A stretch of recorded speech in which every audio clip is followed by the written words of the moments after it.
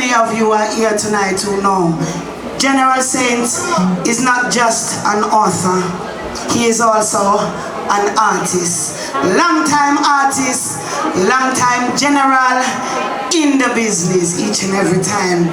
So I have somebody here who wants to say some words for the general. I want you to make some noise for UK's unsigned John Downey. Let's hear it. Hootananny Brixton for Rebirth, a Maroon warrior. John Downey calling you on the stage. Let's hear it, Hootananny. Come on. Show your appreciation love. We are live. The Maroon spirit is here tonight. Thank you very much, Alison. You all enjoying yourselves? Okay, so what this is about is creating history. Believe it or not, we're creating history. And I am part of an organization called the Saba Network. Within the Saba Network, we have what we call the Hidden Creative Economy, otherwise called HICREC.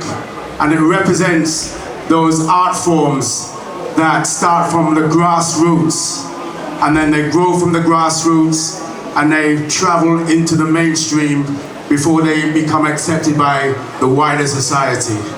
So everybody here who has, or a youth who likes Stormzy, remember it started from Daddy Roy.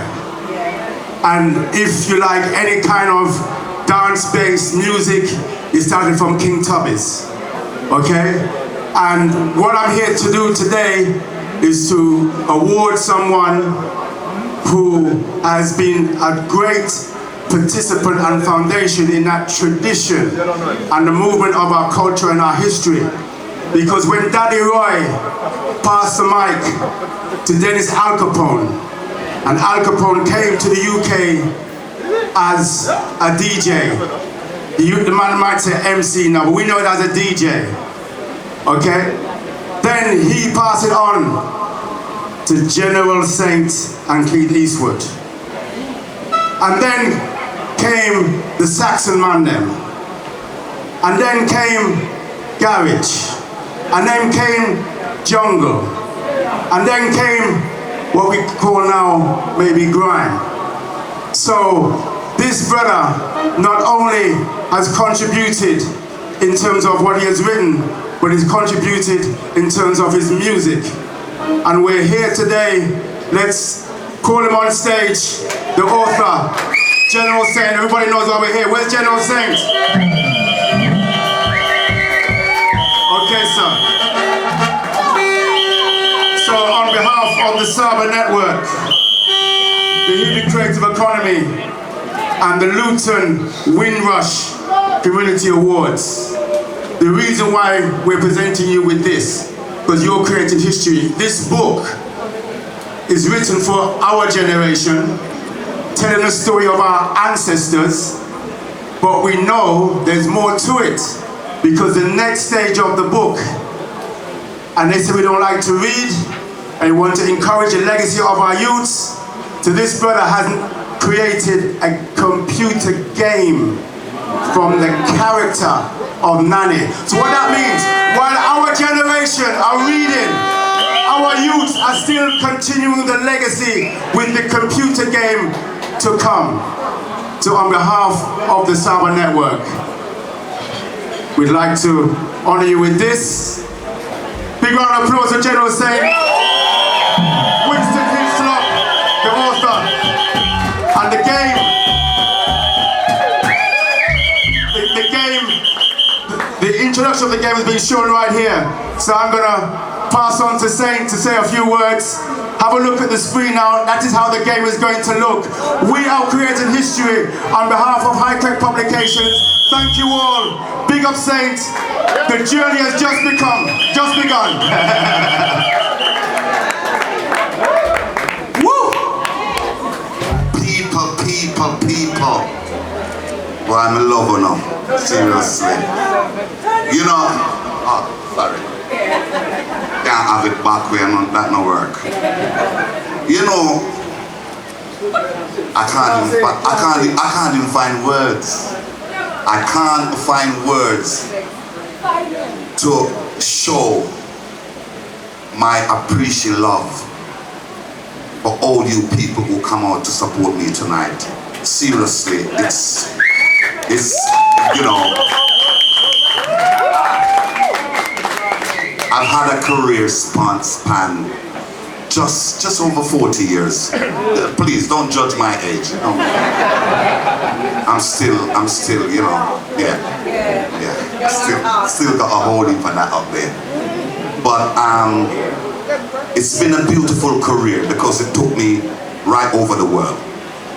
You know, I've been on like 4 continents.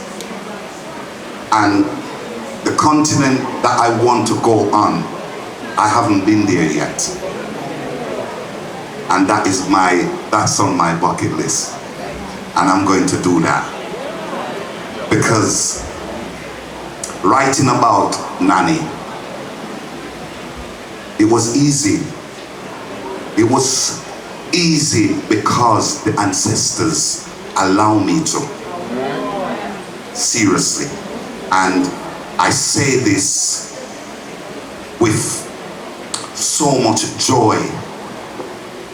It took me about 3 months to write this book. Yeah. And there wasn't ever a writer's block came into my head. There wasn't a day when I said, wow, I don't know how to continue this.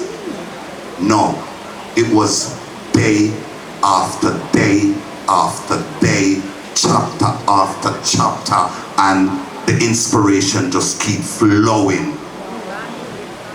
And sometimes I can't even believe it myself, because I have never written a book before. Before this pandemic, I have never written a book before. I write songs, yeah, you know, little 3 minutes thing going, and it's good, you know. Two A4 paper, that was it. I find myself writing 10, 15 A4 paper a day. 37 chapters. 228 pages. 67,000 words in 3 months. And seriously, you've heard 2 chapters so far. Trust me, it gets a lot better. It's a powerful story.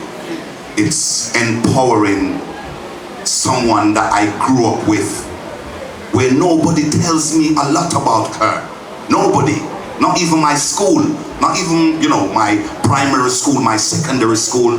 They tell me about Christopher Columbus. That's what they teach me about.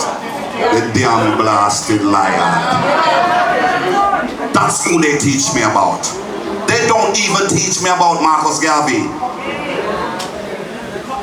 And it's strange that I am what I am now.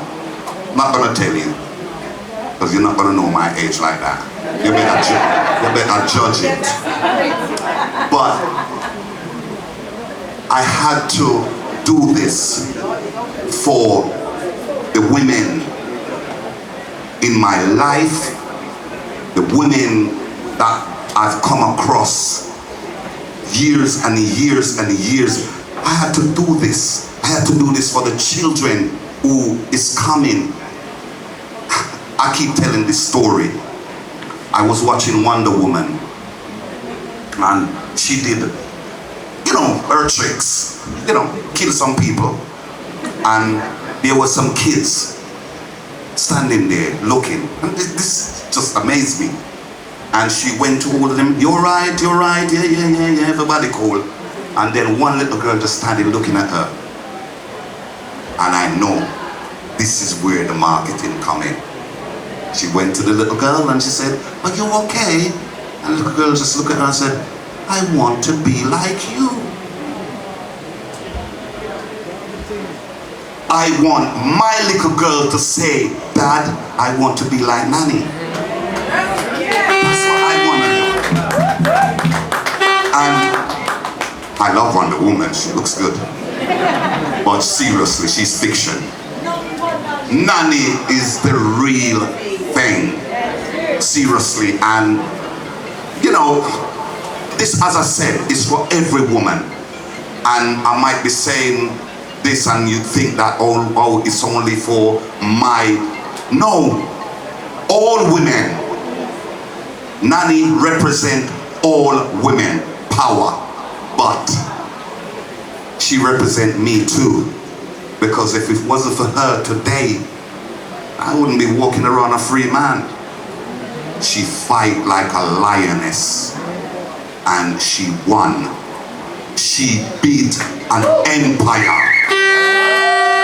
An empire. Tactical warfare. She did it. Now, I've written a book. Somebody's trying to call me, please. Not this time.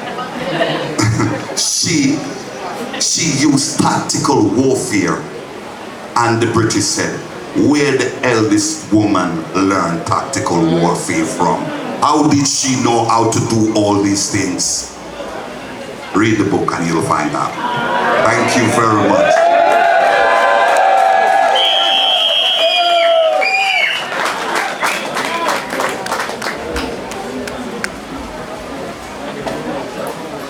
Let's hear it, Hootananny.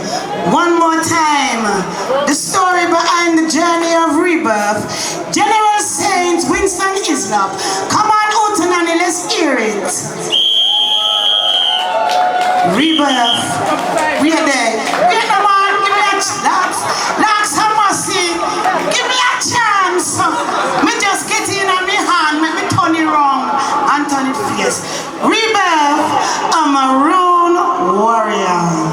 I'm telling you, what a